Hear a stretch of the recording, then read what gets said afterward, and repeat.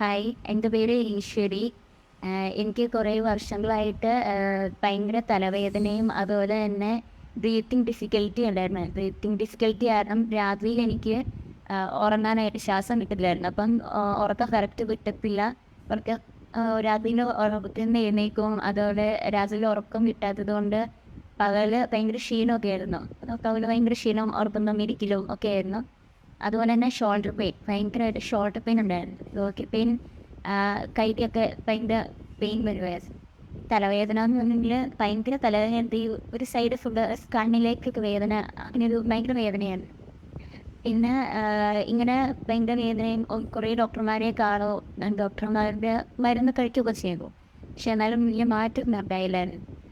അങ്ങനെ ഇരിക്കുമ്പോഴാണ് എൻ്റെ ഒരു ഫ്രണ്ട് എനിക്ക് ഈ ഡോക്ടർ ജോജോ അലൗട്ടിയെക്കുറിച്ച് പറഞ്ഞു തരുന്നത്. അങ്ങനെ ഞാൻ എന്നോട് പറഞ്ഞു, നീ ഒന്ന് പോയി ഡോക്ടർ പറയും അപ്പോൾ എന്താ ചെയ്യേണ്ടതെന്ന് പറയുന്നത്.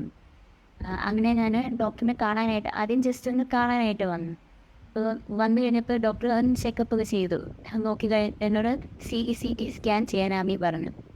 അത് ചെയ്ത് കഴിഞ്ഞപ്പോഴാണ് അപ്പർ ജോ നോർമൽ മെഷർമെൻ്റ് ഇല്ലാതെ ചുരുങ്ങിയിരിക്കുന്നതായിട്ട് കാണുന്നത്.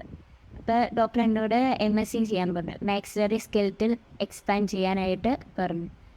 അപ്പോൾ അങ്ങനെ വീട്ടിൽ എല്ലാവരും കൂടി സമ്മതിച്ച് ഇങ്ങനെ എന്ത് ചെയ്യാമെന്ന് ചെയ്ത് ഒരു 2-3 മാസമായപ്പോൾ തന്നെ എൻ്റെ ബ്രീത്തിങ് ഇഷ്യൂസിലൊക്കെ നല്ല മാറ്റം വന്നു. രാത്രിയിലോ ഉറക്കമൊക്കെ കിട്ടി തുടങ്ങി.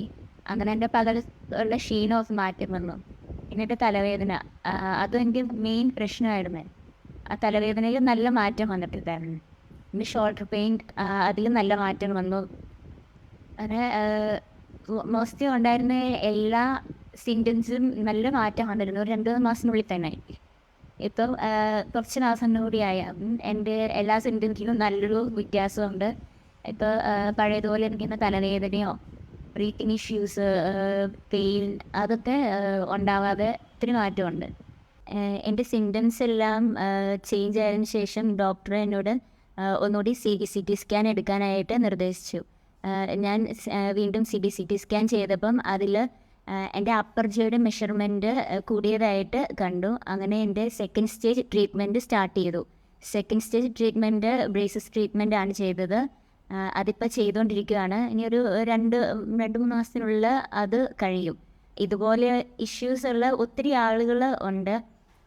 എനിക്ക് ഈ ഒരു ഇഷ്യൂസ് മാറാൻ കാരണം ഞാൻ ഡോക്ടർ ജോജോ ഒള്ളാറ്റത്തിൻ്റെ അടുത്ത് വന്നതുകൊണ്ടാണ്.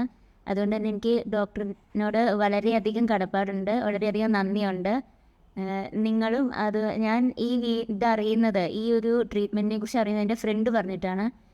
ഞാനും നിങ്ങൾക്ക് ഈ ഒരു ട്രീറ്റ്മെൻറ്റ് റെഫർ ചെയ്യുക. ഈ ഡോക്ടർ ജോജോ ഒള്ളാറ്റത്തിൻ്റെ അടുത്ത് വന്നാൽ നിങ്ങൾക്കുള്ള ഈ ഒരു സിംറ്റംസ് എന്തുകൊണ്ടാണ് ഇങ്ങനെയൊക്കെ വരുന്നതെന്ന് നമുക്കറിയില്ല. എനിക്കും ആദ്യം എന്ത് സംഭവം എന്താണെന്ന് അറിയില്ലായിരുന്നു. ഇവിടെ വന്ന് ഡോക്ടർ ഇങ്ങനെ ഒരു സ്കാനിങ് ഒക്കെ ചെയ്തതിന് ശേഷമാണ് എൻ്റെ പ്രശ്നം ഇതായിരുന്നു. ഈ ഒരു പ്രശ്നം കൊണ്ടാണ് എൻ്റെ ലൈഫിൽ ഒത്തിരി ഞാൻ സഫർ ചെയ്യേണ്ടി വന്നത്. അപ്പം നിങ്ങൾക്കും ഇങ്ങനെയുള്ള പ്രശ്നങ്ങൾ കാണും. ഈ ചെറിയൊരു പ്രശ്നം മാറ്റി കഴിഞ്ഞാൽ തന്നെ നമ്മുടെ ലൈഫ് ക്വാളിറ്റി വളരെയധികം ഇമ്പ്രൂവ് ചെയ്യാനായിട്ട് സാധിക്കും. നമുക്ക് നമ്മുടെ ലക്ഷ്യത്തിലേക്ക് എത്താൻ ഈ ഒരു കാര്യം ചിലപ്പം തടസ്സമായിട്ട് നിൽക്കാം. കാരണം നമുക്ക് പകലുള്ള ക്ഷീണമൊക്കെ കാരണം നമുക്ക് എനർജറ്റിക് ആയിട്ട് വർക്ക് ചെയ്യാനായിട്ടൊന്നും സാധിക്കില്ല.